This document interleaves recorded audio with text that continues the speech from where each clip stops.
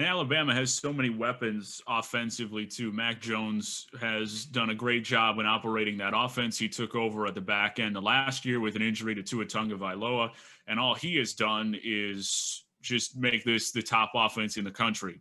1,100 yards, 8 touchdowns, and just one interception so far through 3 games. Najee Harris is playing like one of, if not the best running backs in the entire country. We expected him to be very good, 347 yards and 10 touchdowns already through 3 games, which is ridiculous. Jalen Waddle has just south of 400 receiving yards, is one of the better, if not the best wide receiver in the country. So Alabama has some serious offensive weapons, and we'll see if Georgia is going to be able to slow those down. I think it's going to come down to really the battle of the line of scrimmage. As much as unsexy as that is, I think it's really going to come down to who can control the line of scrimmage and who can get off to a good start, because I think the game script and the way that this game plays out is going to be crucial. Alabama is an offense that can score with the best of them. And if they're able to get out to an early lead, they can dictate the way Georgia has to play offensively, because they're going to have to start throwing the football. If Alabama can get out to a 14-point lead early with their offense, get a stop with that defense, and then they'll be able to score. Even though Georgia, you would assume, will do a better job, they'll be able to score in this game. So if they can dictate to Georgia that they're going to have to play from behind and throw the football, I think that plays to Alabama's strength, because Georgia can't get into what they really want to do.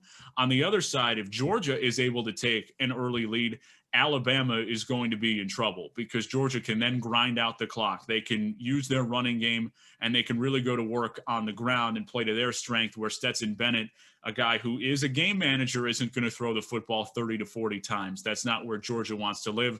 That's exactly where Alabama wants them to live. So I think that one of the most important things to pay attention to in this matchup is going to be, how did these teams start and how does that dictate the game script? If Georgia can sit there and run the ball 40 times, I think you're going to like their chances. And if Alabama can force them to throw the ball 40 and 50 times, Alabama's going to like where they're at.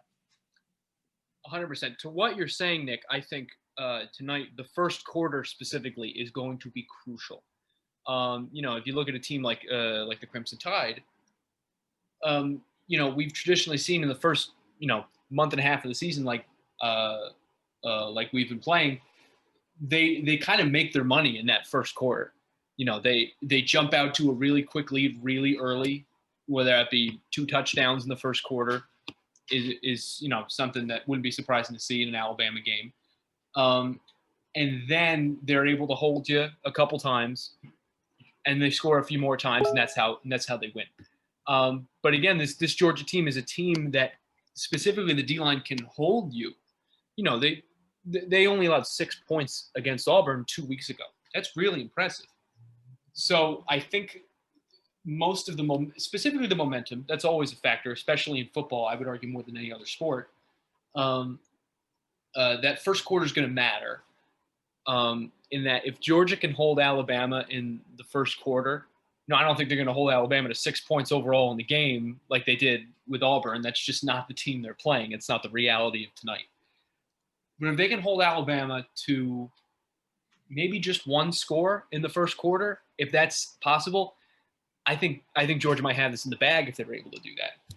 But either way, this is going to be a very tough-fought game that I'm personally very excited to see. I'm sure you are as well.